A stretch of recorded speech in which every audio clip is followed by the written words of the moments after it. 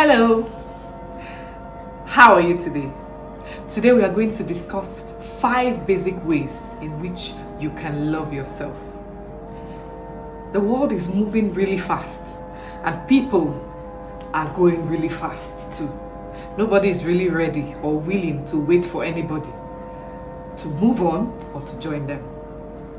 But today, I would like us to discuss ways in which we can love ourselves. Because if you do not take care of yourself, if you do not love yourself, if you do not care for yourself, nobody can really do that for you. The first is forgive yourself. A lot of people are finding it very hard to do this. It is very important that you forgive yourself. Even if you feel whatever you have done, you are supposed to be blamed or you are to be blamed. My dear, forgive yourself. If you cannot forgive yourself, you would find it very difficult to move on. And if you cannot move on, then a lot of things can happen to you afterwards. You become depressed, you face a lot of challenges, or you feel nobody loves you, things are not really going well with you. But forgive yourself. Do you know why you should forgive yourself? When you forgive yourself, you feel a lot better. You feel that yes, you still have an opportunity at life. But if you hold yourself bound by saying, oh, I'm at fault, I did this, I did that, my dear, you can never recover. You can never heal. I had a similar experience not too long ago. And it was really difficult for me to forgive myself. I might not necessarily have been at fault, but I just felt when I lost my daughter that I could have done better. I felt that if I did not do this, things would have been okay. If I did not do that, things would have been okay. At some point, I told myself, maybe I was eating too much. At some point, I told myself, maybe I was not going to the right place. At some point, I told myself, maybe I was not talking to the right people. But I personally know that in this journey, I had to go through both private and public health care to take care of myself so that, nobody would blame me, or rather, I would not feel bad that I did not do the right thing. But what happened still happened. I still lost my daughter. And at some point, I started blaming myself. I kept saying, oh, if I had not maybe gone to the hospital at this particular time, or if I had rather gone to the hospital at this particular time, maybe things would have been better, or maybe they would have noticed early enough that, all was not well. I blamed myself. I cried. Most times I did not just cry because I lost my daughter. I cried because I felt if I had done the right thing, according to me, things would have been better. But I had to tell myself that if I don't forgive myself, I'll keep dealing with my body, dealing with my spirit, dealing with my soul. And I would find it very difficult to heal and very difficult to move on. I forgave myself and I moved on. And I am very sure that my daughter, where she is, would be happy and glad that mommy forgave herself and moved on. So please forgive yourself, because if you do not forgive yourself, healing will be almost impossible. Number 2, take care of your body, spirit, and your soul. These 3 are very connected. You must take care of yourself. You have to exercise. Exercise does not necessarily mean you have to, go to rigorous trainings. No. You can, in the morning, just do some sit-ups. You can, in the morning, get yourself a treadmill. If you cannot afford it, jog within your compound. You can, in the morning, choose to drink water before taking in any other thing.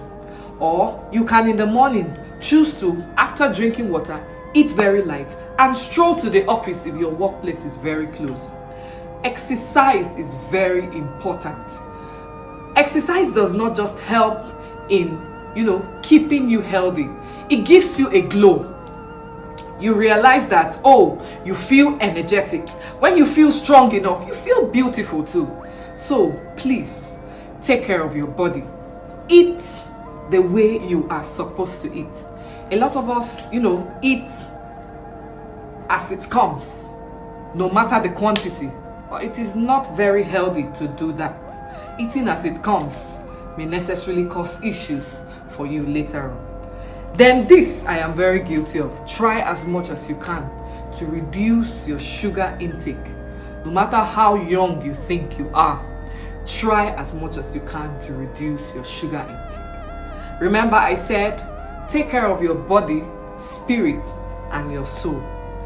After being conscious of your body, taking care of your body, also try as much as you can to talk to God. God is ever present. He is the only one that can really listen to both your sense and your nonsense. Talking to God has never failed anyone. It will not fail you. Remember, we are talking about 5 basic ways on which we can care for ourselves.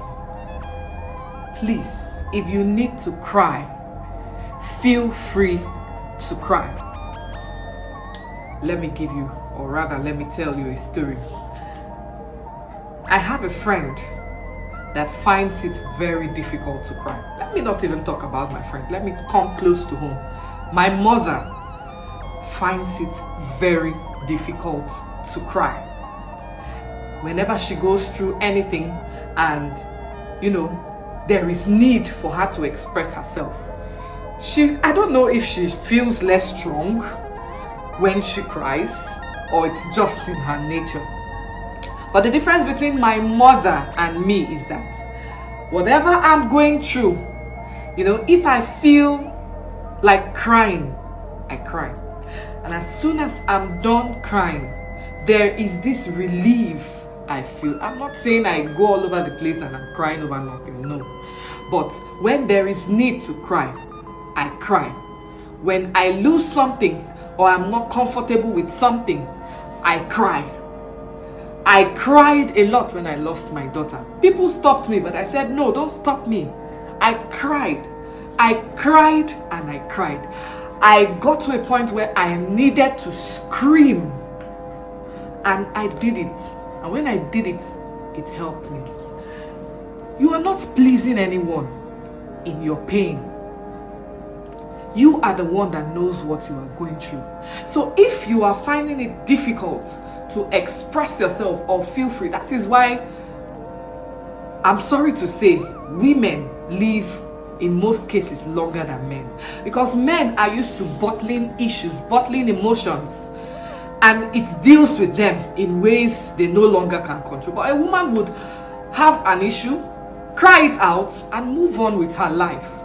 Please, if you need to cry, please cry. Please,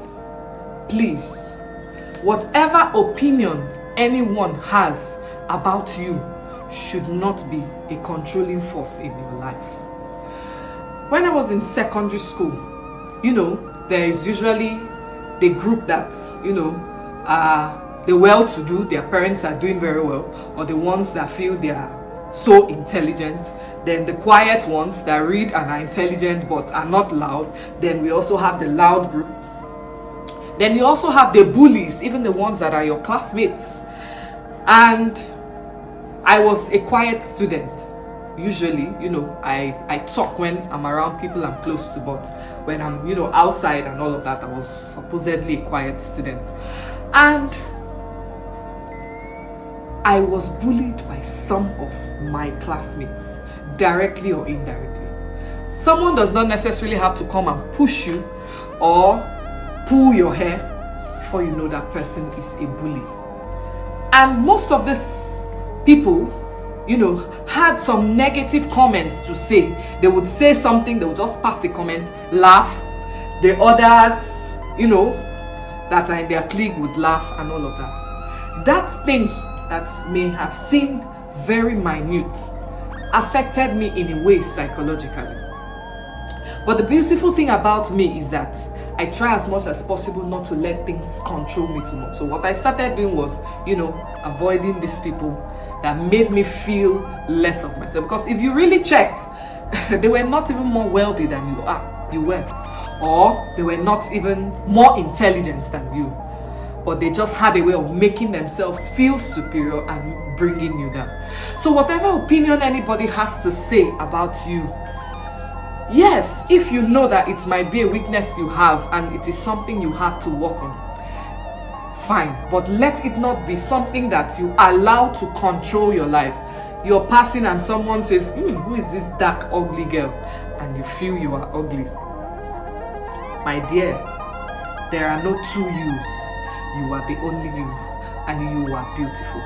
You feel you are less handsome. No, you are. Even if you are not as tall as this person, you are a handsome or beautiful, lady that is not tall or guy that is not tall. Simple. The earlier we learn to, avoid what people say, people's opinion about us, the earlier we learn to stop listening to people's opinion about us, the earlier we move on with our lives, the earlier we realize that we are important. So please, whatever opinion anybody has about you, especially negative opinions, should not be a controlling force over your life. Before I discuss, or rather talk about number 5, I'd like to say that you, your body, yourself can only love you. A lot of people, desire love from wrong places. Or rather, a lot of people desire unrealistic love. Even if you are married and you have a spouse, your spouse cannot love you the way you love you, or the way you can love you. Your spouse will try. Your spouse is also human. You might have a particular need and your spouse might not be available to give it, and you become so dependent. The next thing, unnecessary issues starts. You start having fights and misunderstandings with your spouse because you desire something that even your spouse cannot give himself or herself. So please, you are the only one that can really love you. The 5th one is, please do what makes you happy. Do what makes you happy. If you love to sing, even if you are not a good singer, please sing. If you love to watch movies, please go and watch movies. If you love to walk around, go and walk around. If you love to visit friends and that makes you happy, do it. Because you're a mother does not mean you have entered a covenant with prisonhood. You are not, because you have children does not mean you cannot be happy. You cannot take yourself out. Don't feel guilty.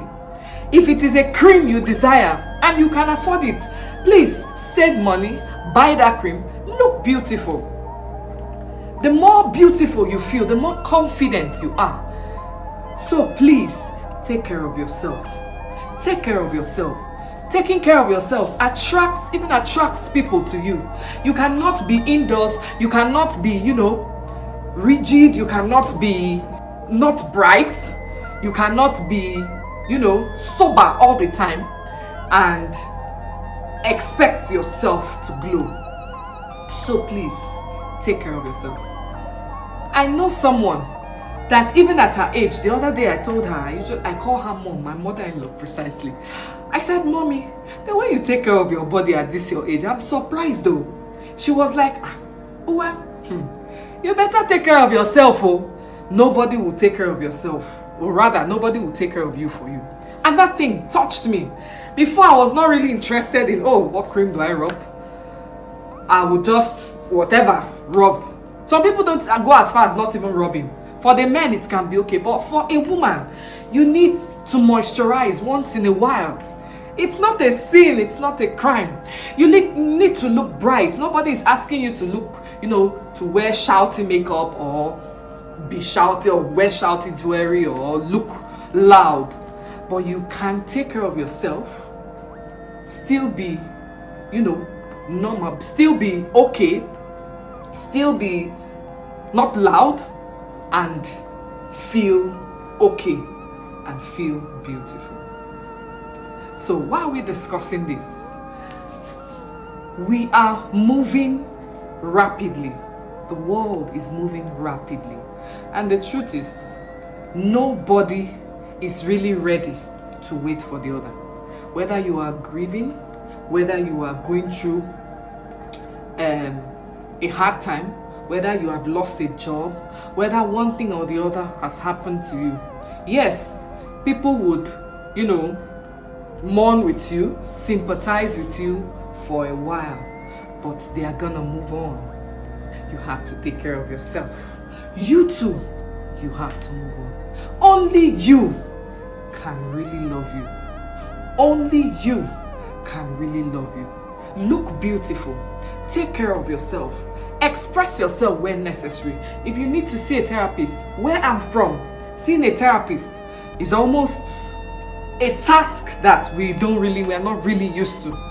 It's more like, how do I go and sit down talking to a stranger? A stranger is asking so many things. But these strangers sometimes help. If you need to see a marriage counselor, you see a marriage counselor. Don't die in silence, please. Do not die in silence. I know there's this pride where you and your spouse, you are going through whatever you are going through and a third party is not hearing what you're saying. But if you are going through a lot, please see a therapist, see a marriage counselor. You have not committed any crime. You did not sin to get married. You did not sin to marry someone. Even if you have lost someone, even if you have lost a job, you are feeling alone, you're feeling lonely, do not stay at home. Please go out. Go out, please. Talk to your friends, listen to them. Let them also listen to you. You can't tell me you don't have any friend. Okay, if you don't have friends, you can be close to your mom. You can be close to your dad. You can be close to someone, please. Do not die in silence. All that we are struggling and hustling for in this world,